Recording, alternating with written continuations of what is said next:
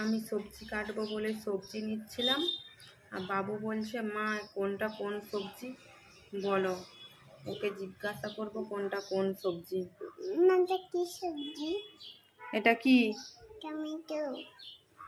দেখো এখানে, দেখো এখানে, দেখো এখানে, দেখো এটা কি? এটা কি? এটা হচ্ছে পেঁপে। এটা কি?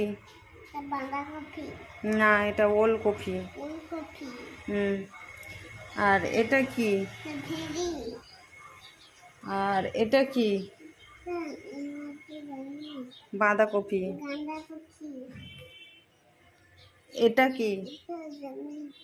ফুলকপি। ফুলকপি। এইটা কি? এইটা কি?